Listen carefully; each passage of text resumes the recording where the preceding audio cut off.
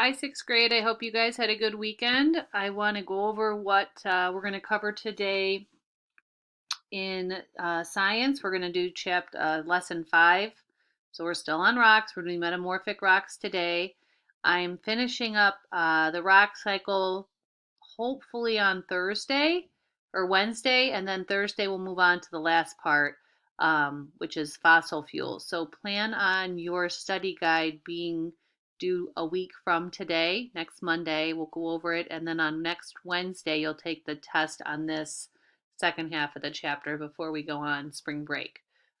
So just looking ahead, that's what our goal is. First thing I want you to do today when you go on to your classroom is to take the section 3.4 open note quiz. Okay, we have my book images here. You have lectures, you have a Google slide presentation.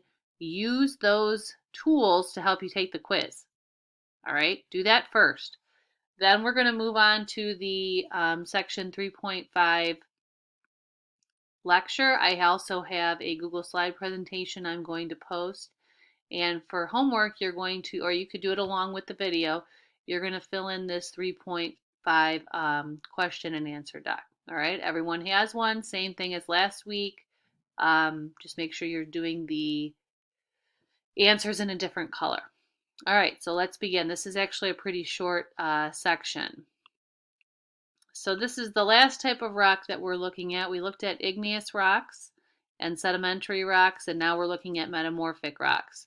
And so what is a metamorphic rock? A metamorphic rock is a rock that forms from another rock. So all metamorphic rocks started out as a totally different type of rock. And as a result of intense, very intense heat or pressure, or both, that initial rock completely changed its structure, its atomic level structure, to a completely new rock. So it's not, don't think of it as just another form of sedimentary rock where the layers are getting pressed together. The pressure and the heat are so intense that the minerals that make up the rock completely realign at an atomic level and become something completely different, which is different from sedimentary rock. Sedimentary rock, those sediments are always still the same sediments they always were. They're just compressed. Metamorphic rock is an entirely new rock that forms with a totally new atomic structure. All right, and where is this going to happen? Well, oftentimes this is going to happen deep inside the earth because that's where we have enough heat and pressure to make it happen. The heat and pressure are much greater deep within the earth than near the surface. And as I said down here, it's just saying that more than just layers are being smashed together at an atomic level, atoms are realigning and an entirely new rock is formed. And so here's an example. You start with shale, and shale is a sedimentary rock. And as temperature is increasing, that becomes slate. Further increase in temperature, that slate will become schist. Further increase in temperature, that schist will become gneiss. And finally, the highest temperature at the highest pressure, because we're now down at this bottom corner, which is increasing pressure and increasing temperature, you have migmatite. Okay, so that's just one example, one progression. All right, so how is metamorphic rock formed? Like we said, it can form from igneous, sedimentary, or other metamorphic rock. Okay, and it is formed as a result of intense heat and or pressure. This intense heat oftentimes, and no, that was with 8th grade, we talked about plumes of magma. So magma can kind of rise up close to the crust.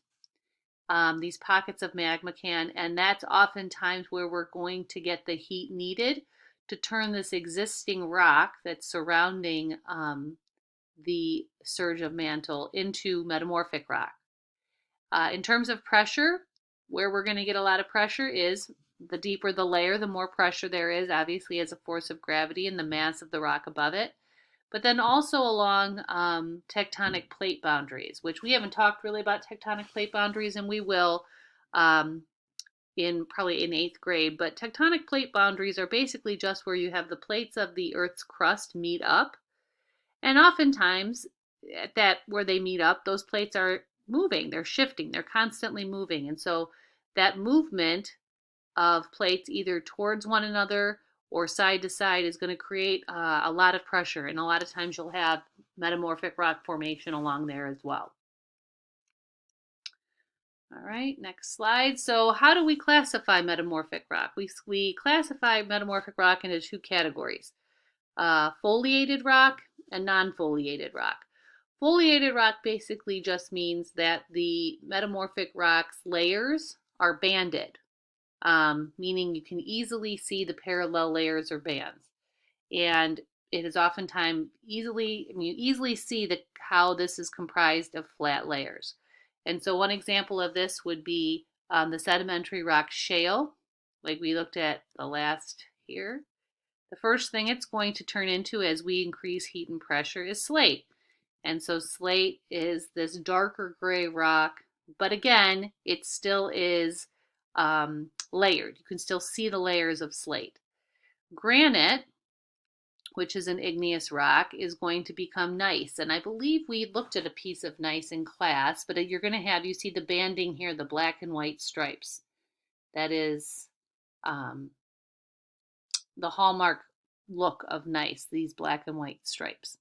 All right, so non-foliated rocks then would be the other category.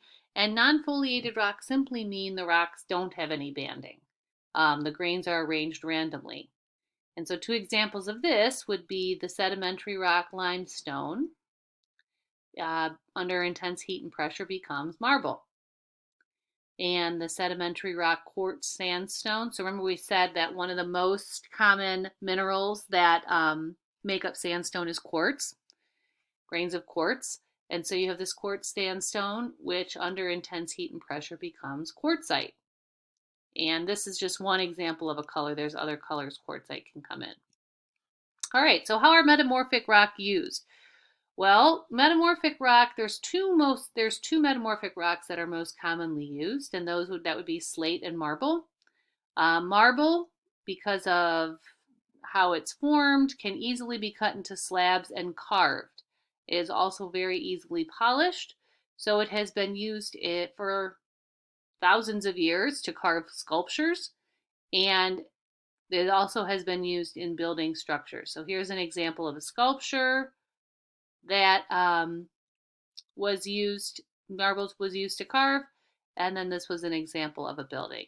And so this obviously is a sculpture that is more recent, but ancient civilizations also used marble in their carving. They weren't quite as intricate, obviously, but they still did use marble for carving. Slate, the hallmark feature of slate is that it's going to split very easily into flat pieces, and so it's been used in the past for roofing. Sometimes on really old homes, you can still see some slate roofing depending in different parts of the city. Or also I'm sure you've seen slate walkways where you just have these flat grayish rocks in different shapes cemented in together. So that is metamorphic rock. Please, please, please fill in your 4.5 Q&A doc, and also be sure to do the quiz. And then tomorrow I will see you back at class for Achieve. Looking ahead, we will have our Zoom session on Thursday this week. So I look forward to seeing you guys then. I hope you guys are doing great. Bye.